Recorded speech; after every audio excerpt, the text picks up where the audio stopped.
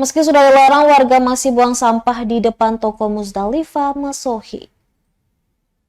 Masyarakat tetap membuang sampah di tempat pembuangan sampah TPS depan toko bangunan Musdalifah, Kompleks Kelurahan Lesani, Kota Masohi.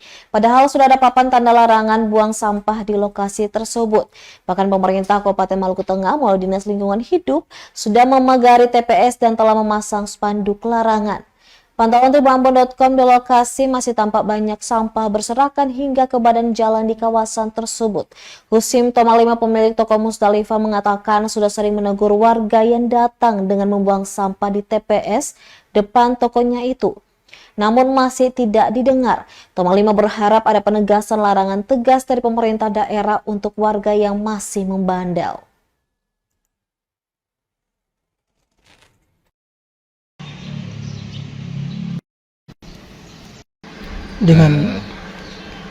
Kalau melihat sampah yang bertebaran di sekitar tempat pembuangan sampah antara toko Musdalifah dengan Hotel Sinar, setiap saat itu oleh pemerintah daerah telah membersihkannya dengan baik. Namun ada penduduk yang memang belum punya kesadaran, walaupun telah ditulis dilarang membuang sampah di tempat itu, tapi mereka secara spontanitas membuang. Sesudah itu mereka melarikan diri.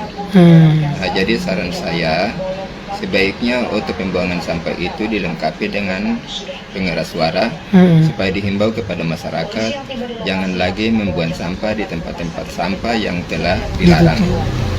Dengan demikian itu kalau disosialisasi secara terus-menerus, tentunya masyarakat yang tadinya belum tahu larangan tersebut mereka menjadi tahu.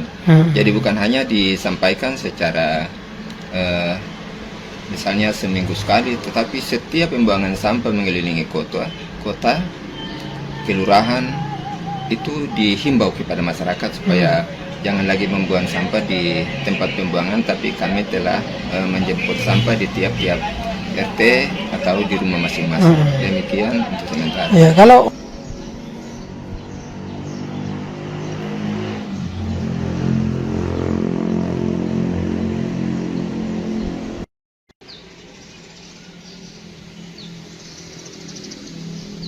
Download Tribun X sekarang, menghadirkan lokal menjadi Indonesia.